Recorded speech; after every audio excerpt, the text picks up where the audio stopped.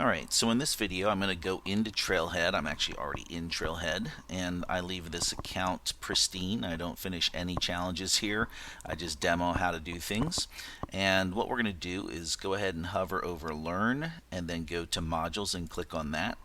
That's going to get us to the point where we can choose some filters. I'm going to say I want admin only, and sometimes it takes a little while for it to react. So I usually will click on it, and then if I don't see it turn white, I'll click on it again.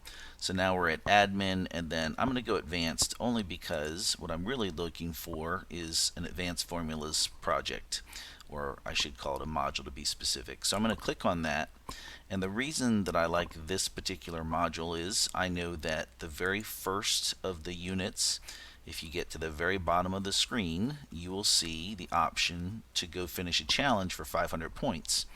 And what I'm going to do is, you can look at the playgrounds that I've got here, 1 through 7. I'm just going to create a brand new fresh playground by clicking on Create New Trailhead Playground.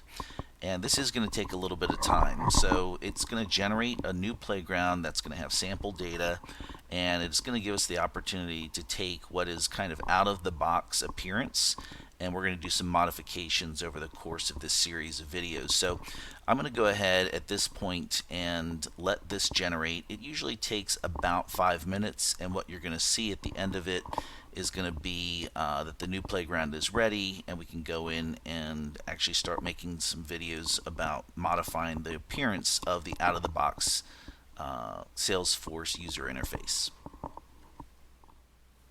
Alright, so at this point we actually have the playground number 8 created, and I'm going to go ahead and click launch here. What you're going to see is a new tab opens up, and as it loads you might see a couple of notifications and things like that. I'm just going to close all these out. We're going to be going through a specific set of instructions in this series, but what you will see is that you actually have a bunch of tabs here that represent a new Salesforce org.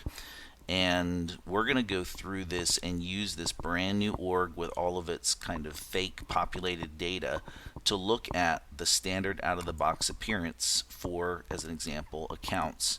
So you might not see anything in yours until you go to all accounts from this little drop down, but as soon as you go in there, we can look at what does a standard account layout look like, what's across the top here, what are the buttons.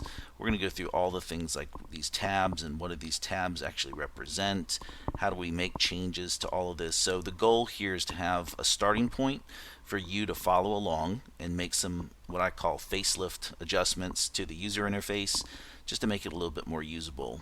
Same thing as we go to different what we call objects.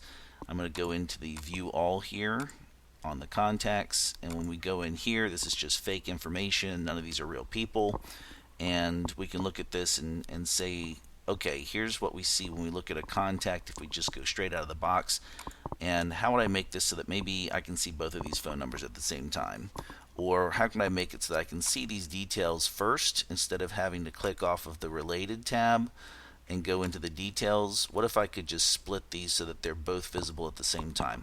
So the goal here is just making your Salesforce org more efficient, more usable for all of your users, and specifying exactly how we're doing that and what the options are for making those improvements and the pros and the cons of each of those choices that you might be making. So hopefully you enjoy the series and get a lot out of it. If you have ideas for other videos, obviously use the comment section below each video to offer other ideas of things that you either would like to see or that you're curious about, that we can make future content for you and really target exactly what we're doing on these videos for you.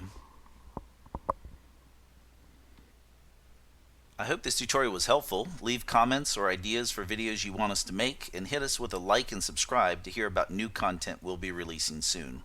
Until then, we've provided some video recommendations at the bottom of the screen, and if you need more immediate help, you can book a consultation by using the link in the description, and we'll be happy to help you out.